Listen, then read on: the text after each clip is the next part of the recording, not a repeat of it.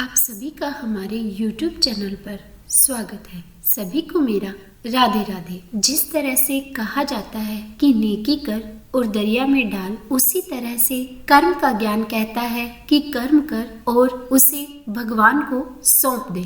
गीता के चौथे अध्याय में भगवान श्री कृष्ण अर्जुन को ज्ञान, कर्म और संन्यास योग के बारे में बताते हैं। तो आइए अब श्रवण करते हैं गीता के चौथे अध्याय के बारे में, जिसे ज्ञान, कर्म और संन्यास योग के नाम से जाना जाता है। ओम श्री परमात्मने नमः। गीता का चौथा अध्याय। श्री कृष्ण भगवान बोले, हे अर्जुन, मैंने इस अविनाशी योग को कल्प के आदि में सूर्य के प्रति कहा था, और सूर्य ने अपने पुत्र मनु के प्रति कहा, और मनु ने अपने पुत्र राजा इक्ष्वाकु के प्रति कहा। इस प्रकार परंपरा से प्राप्त हुए इस योग को राजऋषियों ने जाना। परंतु हे अर्जुन, वह योग बहुत काल से इस पृथ्वी लोक में लोप हो गया था। वह ही यह पुरातन योग अब मैंने तेरे लिए वर्णन किया है, क्योंकि तू मेरा भक्त और प्रिय सखा है। इसलिए तथा वह योग बहुत उत्तम और रहस्य अर्थात अति मर्म का विषय है। इस प्रकार भगवान श्री कृष्ण भगवान महाराज के वचन सुनकर अर्जुन ने पूछा, हे भगवान, आपका जन्म तो आधुनिक अर्थात अब हुआ है, और सूर्य का जन्म बहुत पुराना है। इसलिए इस योग को कल्प के आदि में आपने कहा था। अब मैं कैसे जानूं? इस पर श्री कृष्ण महाराज बोले, हे अर्जुन, मेरे और तेरे बहुत से जन्म हो चुके हैं, परंतु हे परंतप, उन सबको तू नहीं जानता है और मैं जानता हूँ। मेरा जन्म प्राकृत मनुष्यों के सदृश नहीं है। मैं अविनाशी स्वरूप अजन्मा होने पर भी तथा सब भूत प्राणियों का ईश्वर होने पर भी अपनी प्रकृति को अधीन करके योग माया से प्रकट होता हूँ। हे भारत, जब जब धर्म की हानि और अधर्म की वृद्धि होती है, तब तब ही मैं अपने रूप को रचता हूँ अर्थात प्रकट करता हूँ, क्योंकि साधु पुरुषों का उद्धार करने के लिए और दूषित कर्म करने वालों का नाश करने के लिए तथा धर्म स्थापना करने के लिए युग युग में प्रकट होता हूँ।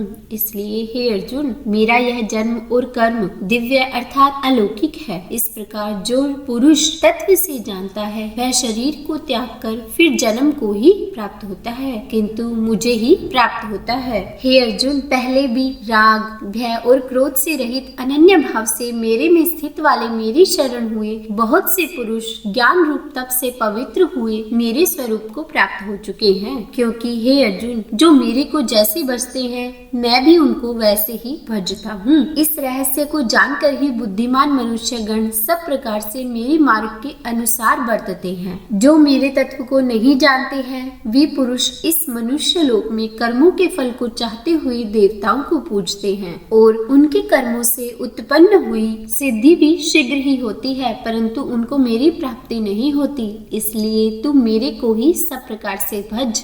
हे अर्जुन, गुण और कर्मों के विभाग से ब्राह्मण, क्षत्रिय, वैश्य और शूद्र मेरे द्वारा ही रचे गए हैं। उनके कर्ता को भी मुझ अविनाशी परमेश्वर को तू अकर्ता ही जान, क्योंकि कर्मों के फल में मेरी स्पृहा नहीं है। इसलिए मेरे को कर्म लिपायमान नहीं करते। इस प्रकार जो मेरे को तत्व से जानता है, वह भी कर्मों से नहीं बनता है, तथा पहले होने वाले मुमुक्षु पुरुषों द्वारा भी इस प्रकार जानकर ही कर्म किया गया है। इससे तू भी पूर्वजों द्वारा सदा से किए हुए कर्म को ही कर। परंतु कर्म क्या है और अकर्म क्या है, ऐसे इस विषय में बुद्धिमान पुरुष भी मोहित है। इसलिए मैं वह कर्म अर्थात कर्मों का तत्व तेरे लिए अच्छी प्रकार कहूँगा, कि जिसको तू जानकर अशुभ अर्थात संसार बंधन से छूट जाएगा। कर्म का स्वरूप भी जानना चाहिए और अकर्म का स्वरूप भी जानना चाहिए, तथा निषिद्ध कर्म का स्वरूप भी जानना चाहिए, क्योंकि कर्म की गति गहन है। जो पुरुष कर्म में अर्थात अहंकार रहित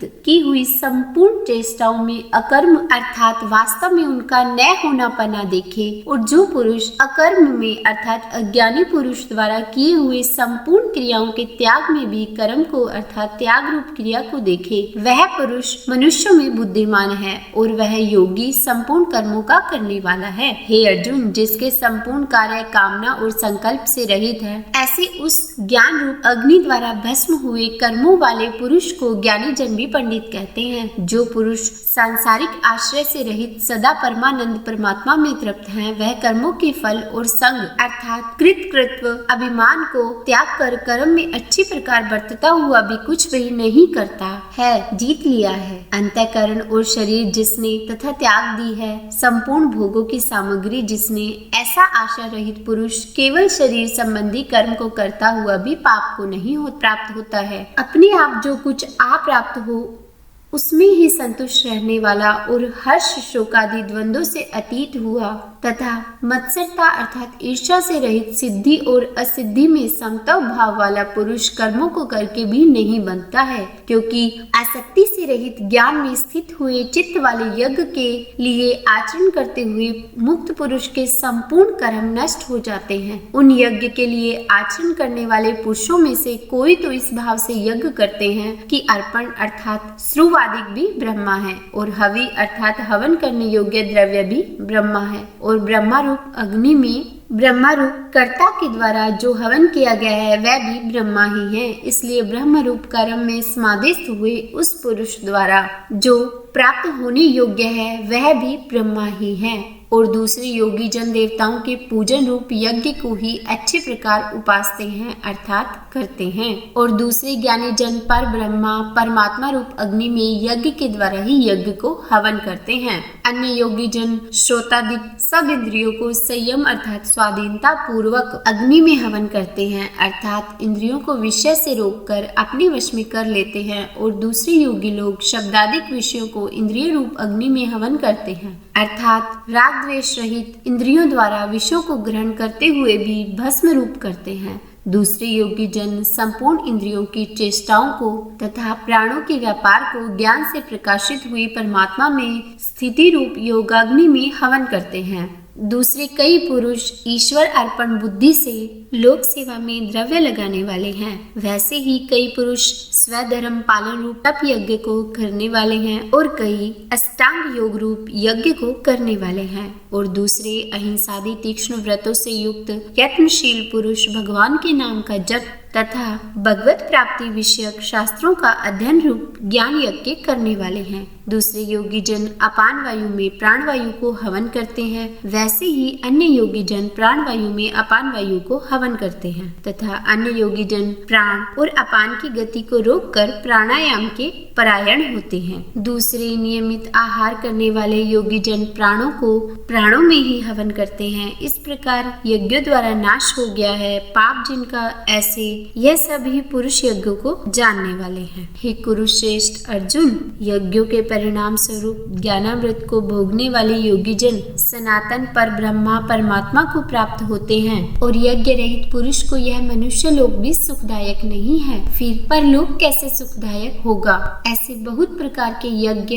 वेद की वाणी में विस्तार किए गए हैं। उन सब को शरीर मन और इंद्रियों की क्रिया द्वारा ही उत्पन्न होने वाले जान। इस प्रकार तत्व से जानकर निष्काम कर्म योग द्वारा संसार बंधन से मुक्त हो जाएगा। हे अर्जुन, सांसारिक वस्तुओं से सिद्ध होने वाले यज्ञ से ज्ञान रूप यज्ञ सब प्रकार से श्रेष्ठ है, क्योंकि हे पार्थ, संपूर्ण यावन मात्र कर्म ज्ञान में शेष होते हैं अर्थात ज्ञान उनकी प्रकाष्ठा है। इसलिए तत्व को जानने वाले ज्ञानी पुरुषों से भली प्रकार दंडवत प्रणाम तथा सेवा और निष्कपट भाव से किए हुए प्रश्न द्वारा उस ज्ञान को जान। वे मर्म को जानने वाले ज्ञानी जन तुझे इस ज्ञान का उपदेश करेंगे कि जिसको जानकर तू फिर इस प्रकार मोह को प्राप्त नहीं होगा। हे अर्जुन, जिस ज्ञान के द्वारा सर्वव्यापी अनंत चेतन रूप हुआ अपने अंतर्गत समष्टि बुद्धि के द्वारा संपूर्ण भूतों को देखेगा और उसके उपरांत मेरे में अर्थात सच्चिदानंद स्वरूप में एक ही भाव हुआ सच्चिदानंद में ही देखेगा।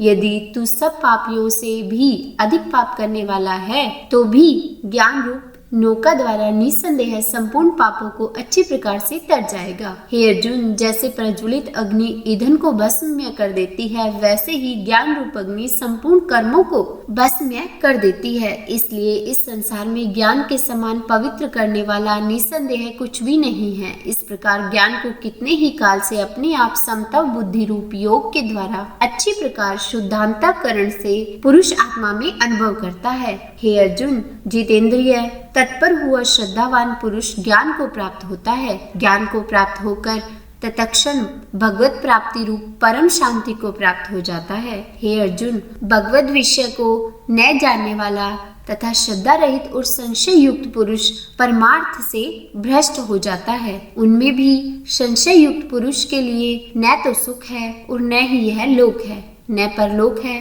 अर्थात यह लोक और परलोक दोनों ही उसके लिए भ्रष्ट हो जाते हैं। हे धनंजय, समत्व बुद्धि रूप योग द्वारा भगवत दर्पण कर दिए हैं। संपूर्ण कर्म जिसने और ज्ञान द्वारा नष्ट हो गए हैं सब संशय जिसके, ऐसे परमात्म परायण पुरुष को कर्म नहीं बांधते हैं। इससे हे भरतवंशी अर्जुन, तू समत्व बुद्धि रूप योग में स्थित हो और अज्ञान से उत्पन्न हुए हृदय में स्थित इस अपने संशय को ज्ञान रूप तलवार द्वारा छेदन करके युद्ध के लिए खड़ा हो। इति श्रीमद् भागवत गीता रूपी उपनिषद एवं ब्रह्म विद्या तथा योग शास्त्र विषयक श्री कृष्ण और अर्जुन के संवाद में ज्ञान कर्म संन्यास योग नामक चौथा अध्याय। अगर आपको मेरी यह वीडियो पसंद आई हो तो लाइक एंड शेयर करें, सब्सक्राइब करें और कमेंट में राधे राधे लिखना बिल्कुल भी न भूलें। राधे राधे।